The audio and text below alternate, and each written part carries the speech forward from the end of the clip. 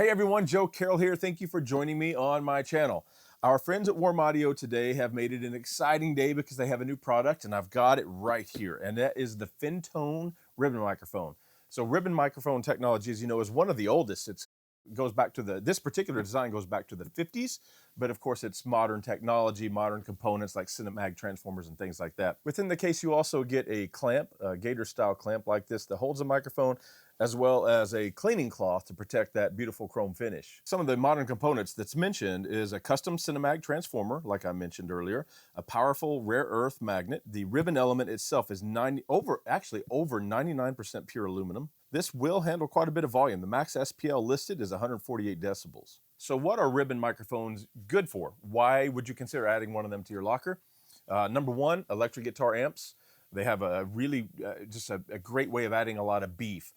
And I like to actually combine them with something like a dynamic mic, like a 57. And so I get the bottom end from the ribbon and I get the bite from the 57. They can sound really good on acoustic guitars and a lot of more Americana, more folky style guitars where you don't want a lot of top end jangle and brightness. You want something more warm and woody. Another thing that they sound really good on is piano. A lot of keyboard elements actually. So piano, they'll kind of round off that top octave a little bit, but I actually really like them on B3, Leslie cabinets as well. The spin up at the top where the rotary speaker, I think they do a really nice job of kind of eliminating some of that fizz that you can get in that top octave that I like to just roll off anyway. A lot of people like them on drum overheads to kind of soften the edge of cymbals. A lot of people like them on drum rooms. And lastly, strings and brass. Let's take a look at the front here, and there's a little switch right here that makes it really unique compared to anything else in the marketplace that I've come across. The problem with most vintage ribbon mics that we remember is the fact that they were very low output, right? So they didn't require phantom power or anything. In fact, phantom power could damage the ribbon element. That said, they were great in front of a guitar amp because the guitar amp is so loud, you didn't need a lot of gain anyway. You put it in front of a quiet something, right? Whether that's a voice, a soft finger-picked acoustic guitar, and you had to really gain it up really high. And a lot of preamps either couldn't do it, or if they could do it, they were extremely noisy. You have a lot of consumer level, entry-level interfaces, for example, that don't have a lot of clean gain.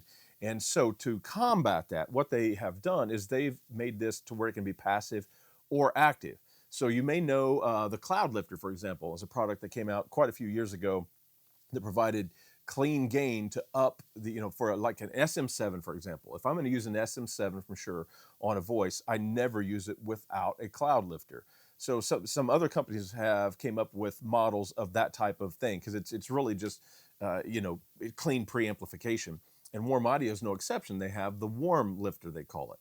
And that Warm Lifter is actually built into this microphone. So by switching it to active, you get, now it requires phantom power, but you get 26 decibels of clean, pure gain. So even on quiet sources, it's going to be, you're going to get enough gain to where you can use it at a modest level in your preamplifier where you're not generating a lot of extra noise and things like that. So that's a really cool feature.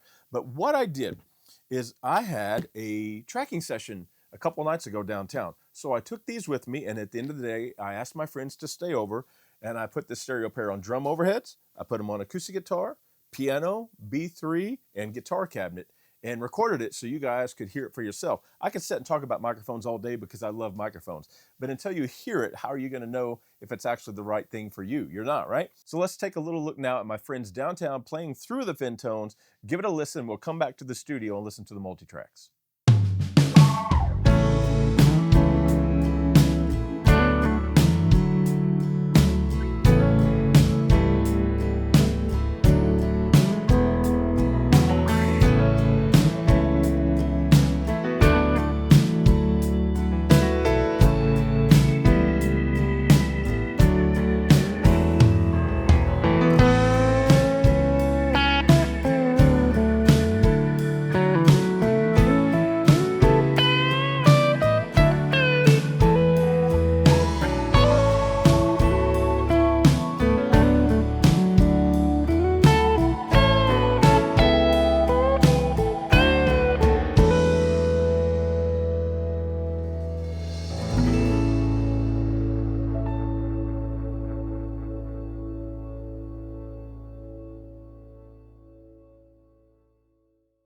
Okay, so I should mention right off that I'm making these multi-tracks available as a download.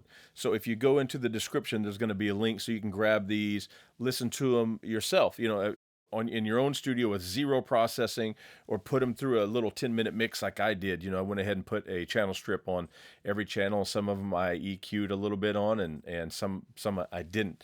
But nonetheless, to know if you want a microphone, sometimes you just got to hear it. And what we'll do is, anytime I solo up a microphone, I will. I'm going to mute the processing I did for the mix. You'll see it on the B3. I did.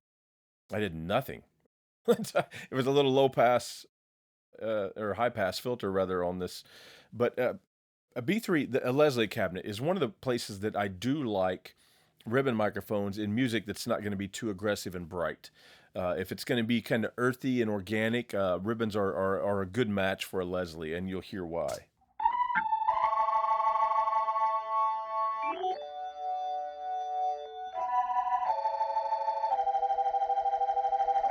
See, plenty of top end. I'm going to just go ahead and put my treatment back on since it was nothing but a filter and let you hear it in the mix, and I'll turn it up just a little bit.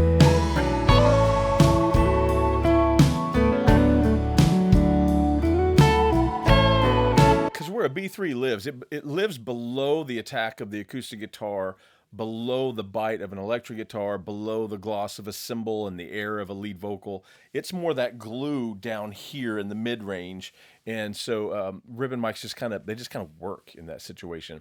And because a Leslie is so loud, I used that through UA 610s, and the active circuitry was not on. So Leslie's, if you've ever been in a room with a Leslie, you don't want to be in a room with a Leslie. So the active portion was not engaged. Now let's listen to the piano, because I thought the piano turned out great. I thought it was really, really good. Let's check it out.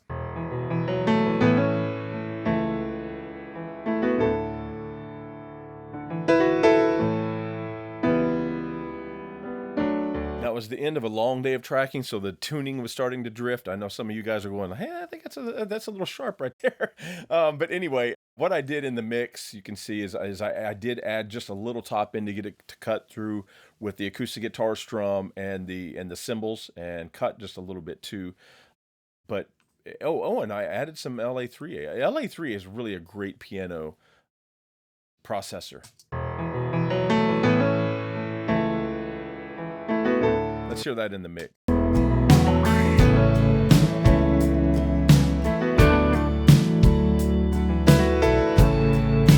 Because a lot of pianos, especially in a town like Nashville and in studio towns, Yamaha C7s are one of the main pianos that you'll find. That's kind of the standard, because they have enough tight tone on the bottom end, but also in the mid-range and the top end, they cut enough through a dense track, and so they're the favorite of many studio players.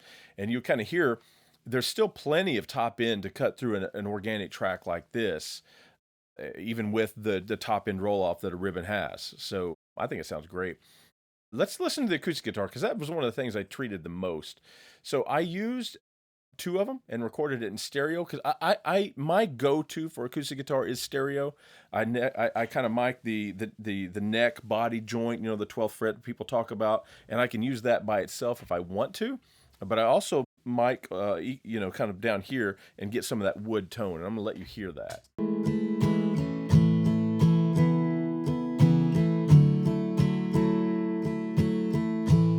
On the acoustic guitar, now you hear the proximity effect, you hear the low end buildup, so and the fact that the ribbons are soft on the top end, right? Around. I'm not exactly sure. I don't think I've seen a graph on this microphone where the top end goes, but if there's any specs that I'm not covering, because I really don't want this to be a spec video, you can go to the Warm Audio site and get all the information you want, I'm sure. But I'm doing quite a bit of treatment here. Around 12K, I'm adding like 7 dB, a little bit of 4K jangle, and cutting some low mids. But check it out in the mix.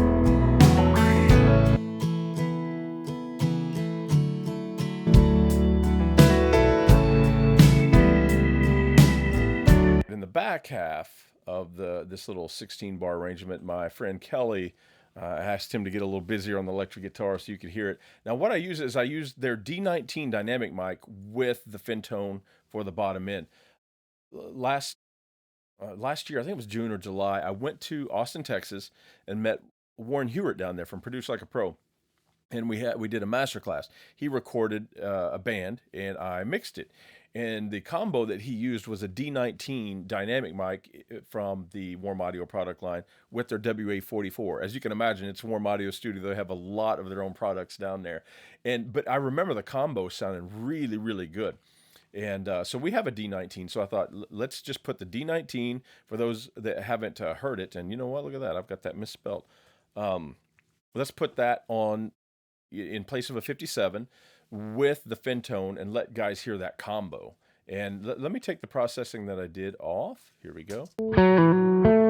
Here's just the dynamic, the 19.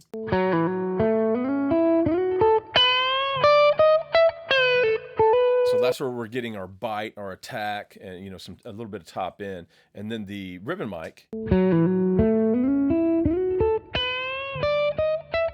that's where we get our girth. On the 19, I did just a tiny bit of reduction at 260 cycles and a little bit of low end. So I filled top and bottom filters. And then on the ribbon microphone, what did I do? I did nothing except I cut out the extreme low end under 120 cycles. Oh, it looks like about the same filters that I did on the other one. And then I added just a little bit of effects to the D19 only because I didn't need the effects on the girth microphone. Now I have successfully used other ribbon microphones on some really organic, rich music, vibey music as a standalone, meaning that I recorded the 57 or something like it with the ribbon microphone and ended up using only the ribbon microphone. I mean, I may have had to, boost some top end or some mids, but the rich warmth, smooth thing just kind of worked for the track. But here's that in the mix.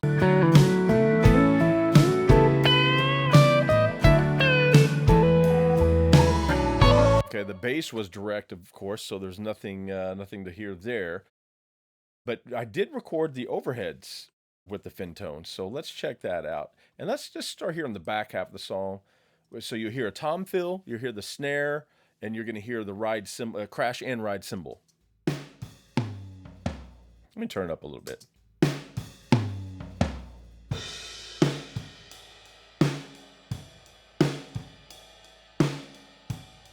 And what I did in the mix, let's see, I did just a little bit of top end and a high pass filter. That's it.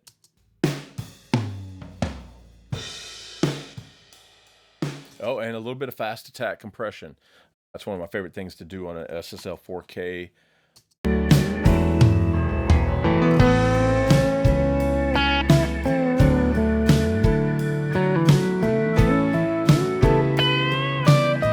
You can check out these Multitracks, and I tried to label them with what I used on them. The inside kick was a B52. The snare, top and bottom, were both Lauten Audio condensers. And let's see, I had Lauten Audio on the ride and the hat were LA 120s, and on the toms were 414s. And let's see, I had WA 87s on the rooms. And I just wasn't using very much of it on this song. It just really wasn't that kind of a song. You wanted the drums to sound kind of close and dry, so I didn't use very much of it. But remember, you can download these Multitracks, and that way you can listen to them in your own studio. You can hear the ribbon mic, the Fentone on the B3, the piano, the acoustic, the electric, as well as the drum overheads, and decide if it's something. If you don't have any ribbon microphones and you want to get into that game, this would be a really high quality, affordable option to get into that game. Maybe you're thinking that, hey, that's the sound I've been looking for, for the meat of an electric guitar amp, for example, or whatever the case may be. But whether you want a Fentone or whether you don't, you can download the Multitracks and kind of have a little fun with your mixing and kind of practice with some Nashville studio players and have a good time. Okay, guys, thanks for watching. Happy mixing.